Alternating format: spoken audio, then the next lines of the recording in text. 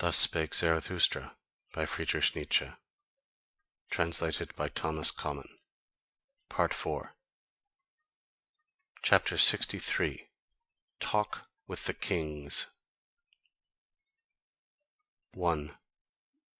Ere Zarathustra had been an hour on his way in the mountains and forests, he saw all at once a strange procession.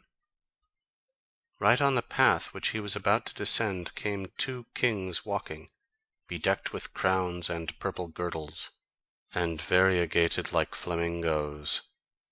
They drove before them a laden ass. "What do these kings want in my domain?" said Zarathustra in astonishment to his heart, and hid himself hastily behind a thicket. When, however, the kings approached to him, he said half aloud, like one speaking only to himself, "Strange, strange, how doth this harmonize? 2 kings do I see, and only 1 ass." Thereupon the 2 kings made a halt. They smiled, and looked towards the spot whence the voice proceeded, and afterwards looked into each other's faces. "Such things do we also think among ourselves," said the king on the right, "but we do not utter them."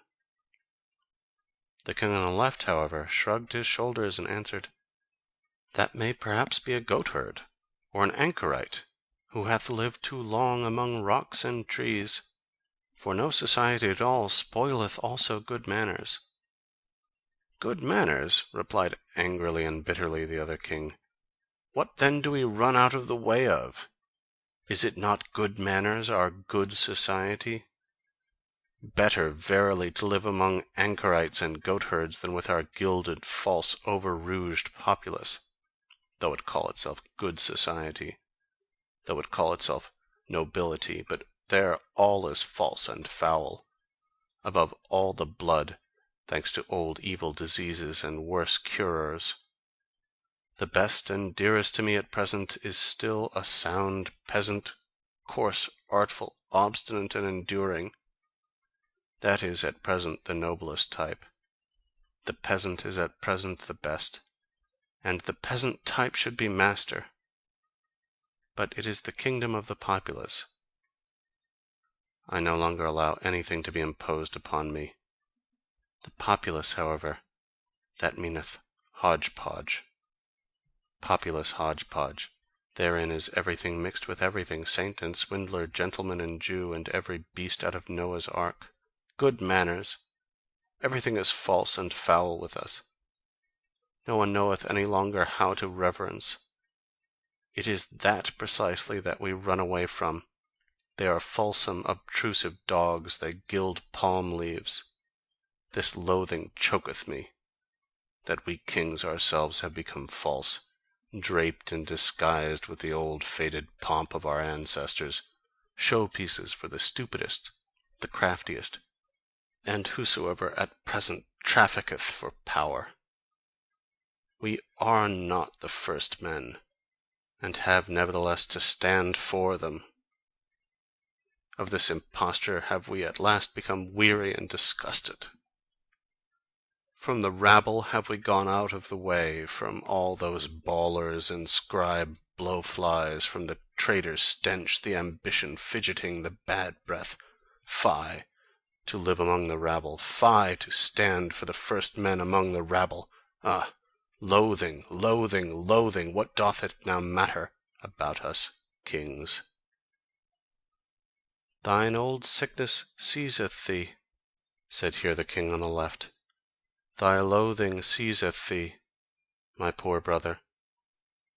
Thou knowest, however, that some one heareth us."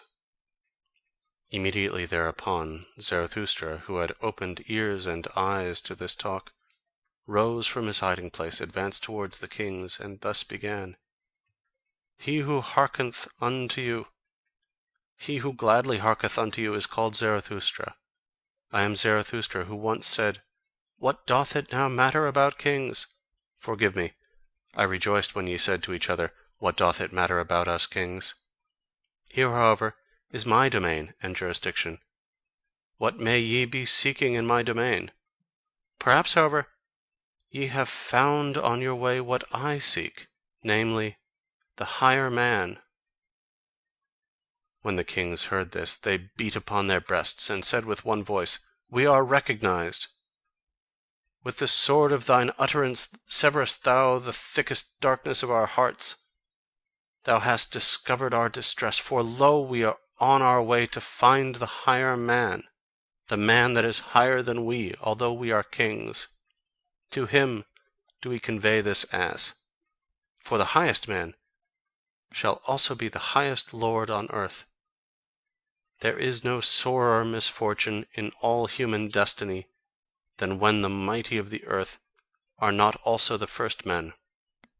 Then everything becometh false and distorted and monstrous. And when they are even the last man, and more beast than man, then riseth and riseth the populace in honour.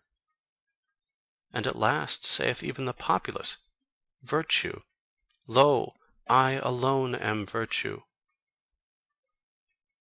What have I just heard?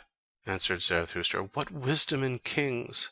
I am enchanted, and verily I have already promptings to make a rhyme thereon, even if it should happen to be a rhyme not suited for every one's ears.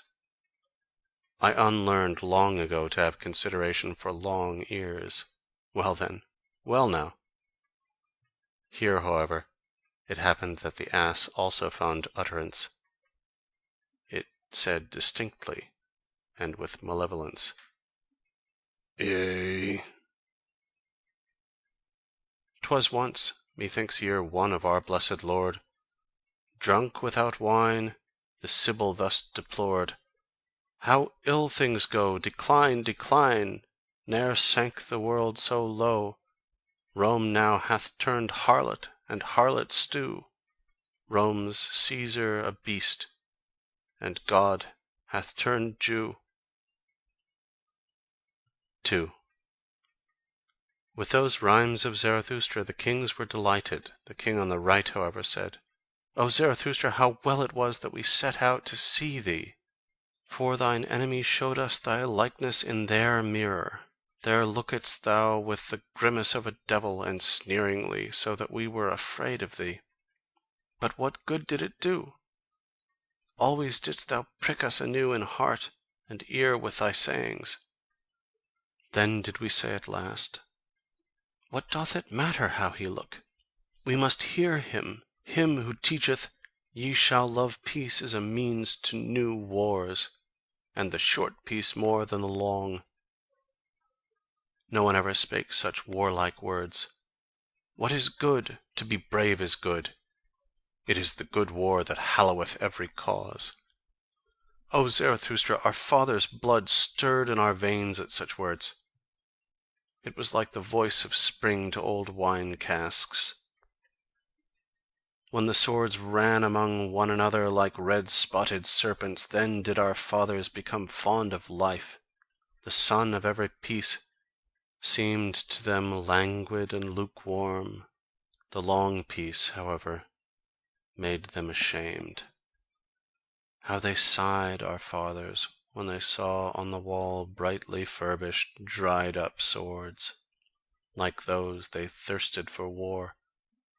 For a sword thirsteth to drink blood, and sparkleth with desire.